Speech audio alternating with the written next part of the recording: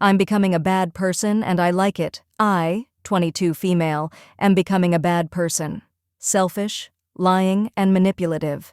I'm only looking out for myself. I spent my life catering to societal rules and standards, only to find out that no one else does, and their life is perfectly fine. I do not have to be kind or nice. I do not have to tell the truth. I can cheat and steal and lie as long as I get away with it. Most people do. I am autistic and rules are very important to follow for me. However, I've been scammed. You don't have to be a loyal partner, there's people who prefer you cheat. You don't have to make honest money, there's whole business built around scamming. You don't have to respect other people, as long as they can't hold you accountable, and I mean really do it, you're scot-free. Karma is not real, and I wish I would have learned this earlier. I can be just as nasty to everyone else as they are to me, and people would respect me for it. Nothing is truly sacred or special or off-limits. I can do whatever I want and have fun hurting those along the way, and my life will remain unchanged. I have vowed to cheat on every partner I have to begin. It doesn't actually impact anyone or the relationship if they don't know. Escorts make a whole shilling off of infidelity. I feel sad about this realization because I have always valued being a good person, but I've realized that being a good person gets you messed over.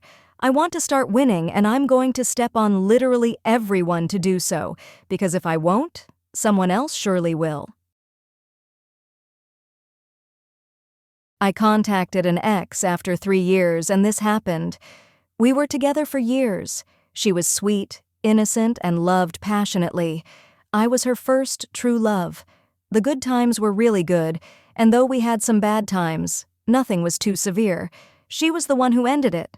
Before she did, she told me she had slept with someone else, which was devastating but honest. The breakup hurt me to my core. We had no contact for 3 years. Deep down, I still loved her and hoped we could reunite, as foolish as that sounds. After 3 years, I decided to contact her, apologizing for my part in our issues. She was seeing someone, casually, at the time, but continued to reply to my messages. I told her my intentions and mentioned that it seemed disrespectful to the other guy. She said she enjoyed our conversations and the whole thing, which I found strange, as she didn't take any accountability. Kind of blamed me for everything. She called me and we talked for over 4 hours, laughing, crying, and opening up. She felt I hadn't put enough effort into our relationship back then, giving an example of me never giving her flowers, even though I had many times. Anyway, she said she's open to me trying. I want to say that again, she is open to me trying. A week went by with texting, and I decided to send her flowers, 3 bouquets on the same day at different times. I wrote, "Today is rainy and gray. Hope the flowers made yours a bit colorful." She replied, "No, I did not enjoy the flowers. It made me uncomfortable. That was out of line, and I want you out of my life." I will probably never understand how someone can take it the way she did. Regardless, throughout that week, I realized how much she had changed. She was not the same person at all. I had hoped she would have changed and developed for the better, but it was the opposite. I'll spare the details out of respect, but I was so disappointed in the person she had become. Long story short, even though I still had some feelings for her, her reaction and everything else showed me it was not worth investing in, and I was not missing out at all. To be honest, I felt relief and moved on without looking back.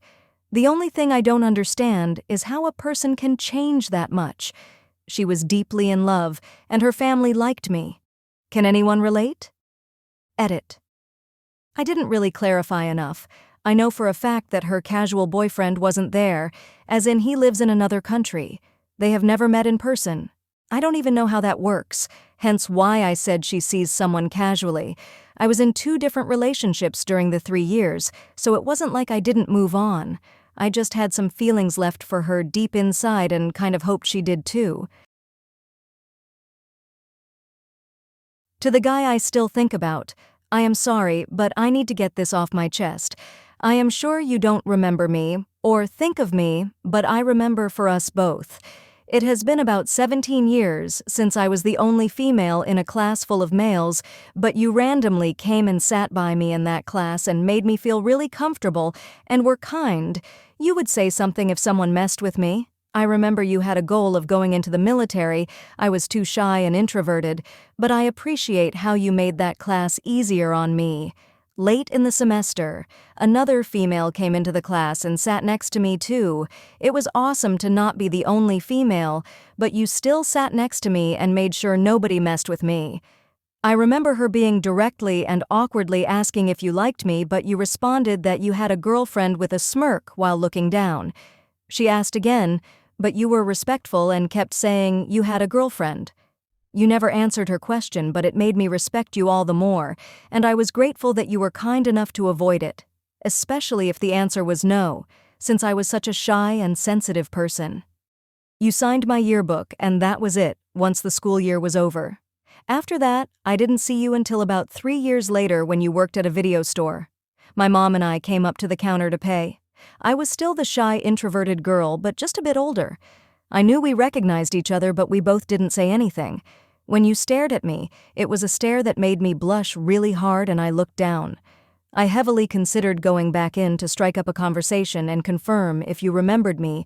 I really wanted to talk to you and be friends, stay in contact.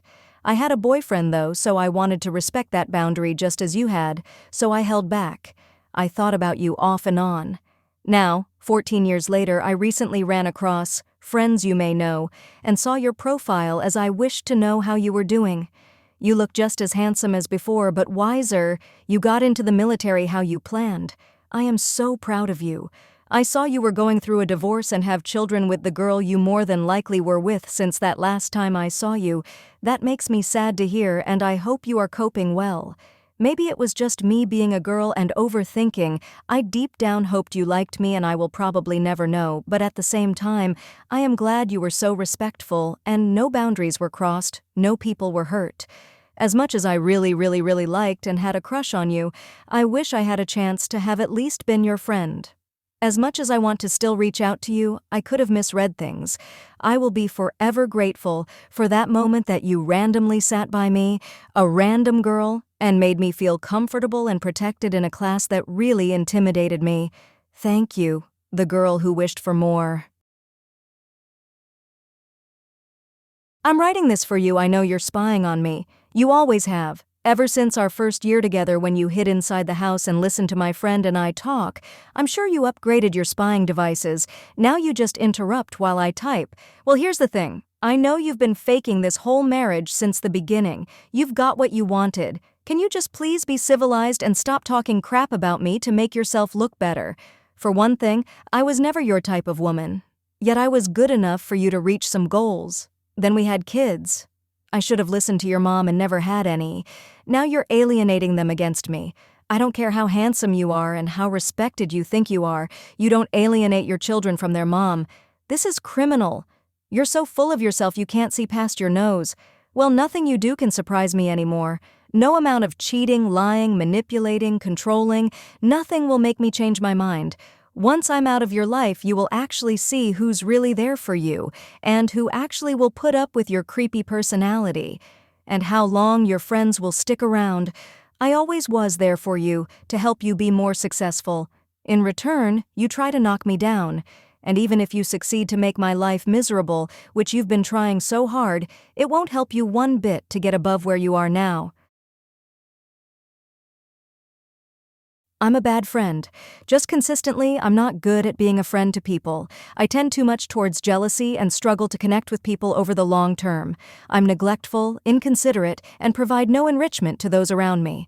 Not long ago, I had a friend who was struggling after a breakup, and while he was saying some concerning things, I skipped a whole bunch of steps and took part in a decision to have them committed.